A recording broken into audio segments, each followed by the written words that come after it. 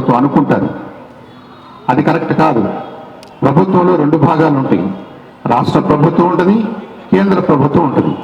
రాష్ట్ర ప్రభుత్వం కొన్ని పనులు చేయాలి, కేంద్ర ప్రభుత్వం కొన్ని పనులు చేయాలి అని మన పెద్దలు మన రాజ్యాంగంలో నిర్దేశించారు. గమ్మత్ ఏంటంటే కేంద్రంలో ఉన్నటువంటి నరేంద్ర మోడీ గారు గత 10 సంవత్సరాలుగా ఒక్కరోజు కూడా సెలవు తీసుకోకుండా అహర్నిశలు కష్టపడుతూ ఆయనకు అప్పచెప్పిన బాధ్యతల్ని 100% ఆర్ మోర్ దెన్ 100% ఆయన చేయగలుగుతున్నాడు. రాష్ట్ర ప్రభుత్వం ఎక్కడ ఫెయిల్ అవుతుందో మనం చూద్దాం. ఒక్క నిమిషంలో తెలియజేస్తాను నేను. కేంద్ర ప్రభుత్వం ఏం చేయాలి? కేంద్ర ప్రభుత్వం మన దేశ రక్షణ గురించి ఆలోచించాలి. అంటే మన సైన్యానికి సంబంధించిన అంశాలు, మన మీద ఎవరు కూడా ఆక్రమణకి రాకుండా, ఇతర దేశాలు వాళ్ళు మనతో ఫైట్ చేయకుండా, వాళ్ళని నిరోధించడానికి, ఆపడానికి, మనల్ని మనం రక్షించుకోవడానికి భారతదేశం ఎప్పుడు కూడా సంసిద్ధంగా ఉండే విధంగా మన మిలిటరీని అన్ని విధాల తయారీలో పెట్టడానికి కేంద్ర ప్రభుత్వం చాలా చాలా కృషి చేయాల్సిన అవసరం ఉంటుంది. గతంలో కేంద్ర ప్రభుత్వాలు, మరి ముఖ్యంగా కాంగ్రెస్ ప్రభుత్వం, మన మిలిటరీని వీక్ చేస్తూ, నిర్వీర్యం చేస్తూ, వాళ్ళకి కావాల్సిన షూస్ దగ్గర నుంచి, బుల్లెట్ ప్రూఫ్ జాకెట్ల దగ్గర నుంచి, హెల్మెట్ల దగ్గర నుంచి, గన్స్ నుంచి ఏదైనా సరే మిలిటరీకి ఏ వస్తువు కావాలన్నా కమిషన్ల కక్కుర్తితోటి ఇతర దేశాల నుంచి దిగుమతి చేసుకునేవాళ్ళు. అలాంటి దౌర్భాగ్య పరిస్థితుల్లో నుంచి నరేంద్ర మోడీ గారు ఒకటే మాట అన్నారు, మన దేశ సంరక్షణ మన చేతిలో ఉండాలి, మన మిలిటరీ అన్ని విధాలా సంసిద్ధంగా ఉండాలంటే అన్ని రకాల తయారీకి మనం ముందుకు రావాలని చెప్పేసి మన మిలిటరీకి కావాల్సిన వస్తువులన్నీ మనమే తయారు చేసుకుంటూ మన మిలిటరీకి కావాల్సిన అవసరాలన్నింటినీ 100% ఆయన మీట్ అవుతూ ఇవాళ భారత ప్రభుత్వం, భారత మిలిటరీ, భారత సైన్యం అంటే పొరుగు దేశాలు పాకిస్తాన్ కానీ, చైనా కానీ, ఇంకా ఏ దేశమైనా సరే గజగజలాడే పరిస్థితిని తీసుకొచ్చాడు నరేంద్ర మోడీ గారు. ఐ థింక్ నరేంద్ర మోడీ గారు సాధించినటువంటి విజయాల్లో ఫస్ట్ అండ్ ఫార్మోస్ట్ మనం మన దేశ సంరక్షణ గురించి ఆయన సాధించిన విజయాలను మనం మాట్లాడుకోవాలి. ఇక రెండవది, లోపల ఉన్న ప్రజలు సంతోషంగా మరి ఆనందంగా వారి వారి అభివృద్ధి పదంలో నడవడానికి వీలుగా వారి సంక్షేమాన్ని కూడా చూసుకోవాల్సిన బాధ్యత కేంద్ర ప్రభుత్వానికి ఉంటుంది, రాష్ట్ర ప్రభుత్వాలకు తోడుగా ఉంటుంది.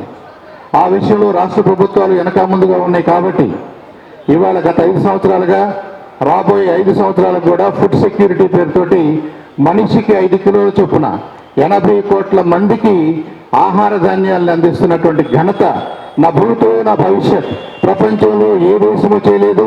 ఏ దేశానికి అంత పెద్ద పబ్లిక్ డిస్ట్రిబ్యూషన్ సిస్టమ్ లేదు, అంత పెద్ద ఉచితంగా ఆహార ధాన్యాలను ఇచ్చే సత్తా కూడా లేదు. అది నరేంద్ర మోడీ గారు చేసి చూపించారు. దానికి తోడుగా విద్య, ఆరోగ్యం, వైద్య రంగాల్లో మనం సెల్ఫ్ సఫిషియెంట్గా ఉండాలి. భారతదేశం ఈ ప్రపంచానికి ఒక గైడ్గా నిలబడాలి, గురువుగా నిలబడాలి. మనం రీసెర్చ్ విషయంలో కానివ్వండి, మన తయారీ విషయంలో కానివ్వండి, మందుల విషయంలో కానివ్వండి, హాస్పిటల్స్ విషయంలో కానివ్వండి, ఏ రంగంలో చూసుకున్నా కానీ మనం అగ్రగామిగా తయారవ్వాలి అనే ఒక కృతనిశ్చయంతో 2047 కల్లా భారతదేశం ప్రపంచంలో అధికంగా ఉన్న జనాభాకు తోడుగా మన విశ్వగురు స్థానంలోకి అగ్రగామి దేశంగా, అభివృద్ధి చెందిన దేశంగా ఉండాలని చెప్పేసి నరేంద్ర మోడీ గారు కళ్ళ కంటమే కాకుండా సాకారం చేసే దిశగా ప్రయాణం చేస్తున్నారు. 10వ స్థానంలో ఉన్న మనం ఇవాళ 5వ స్థానానికి వచ్చాం. 5వ స్థానంలో ఉన్న మనం మీ అందరి ఆదరణతోటి, మీ అందరి అభిమానంతో, మీ అందరి సపోర్ట్ తోటి 3వ టర్మ్లో డెఫినెట్గా 3వ స్థానంలోకి, ప్రపంచంలో 3వ అతిపెద్ద ఆర్థిక వ్యవస్థగా అవతరించడానికి అన్ని బాటలు వేస్తున్నారు నరేంద్ర మోడీ గారు. అలా చెప్పుకుంటూ పోతే ఆ వ్యాక్సిన్ విషయంలో కానివ్వండి, ఆహార పదార్థాల విషయంలో కానివ్వండి, సమగ్ర శిక్ష అభియాన్ పేరిట చిన్న పిల్లలకి అంగన్వాడీల్లో ఫుడ్ విషయం దగ్గర నుంచి వాళ్ళు చదువుకోవడానికి కావాల్సిన అన్ని ఏర్పాట్లు చేస్తూ, ఎడ్యుకేషన్ సిస్టమ్ని మోడర్నైజ్ చేస్తూ, ఆ స్కూల్స్లో కంప్యూటర్స్ అని, ట్యాబ్స్ అని, ఎలక్ట్రానిక్ డివైసెస్ ద్వారా ఎడ్యుకేషన్ అందిస్తూ, క్వాలిటీ ఎడ్యుకేషన్ అందిస్తూ మరి ఈ దేశం మొత్తం ఆయన సర్వీస్ చేస్తుంటే దానికి ప్రభుత్వాలు, ఇక్కడున్న ప్రభుత్వాలు చేదోడుగా నిలబడవలసిన ప్రభుత్వాలు వాళ్ళ పేరు వేసుకుంటూ ఇదేదో వాళ్ళు చేస్తున్నట్టుగా చెప్పుకుంటూ మధ్య పెడుతూ ఇది ఈ స్థానిక ప్రభుత్వాలు, ఈ రాష్ట్ర ప్రభుత్వాల ఘనతగా చెప్పుకోవడం అనేది అత్యంత దురదృష్టకరం.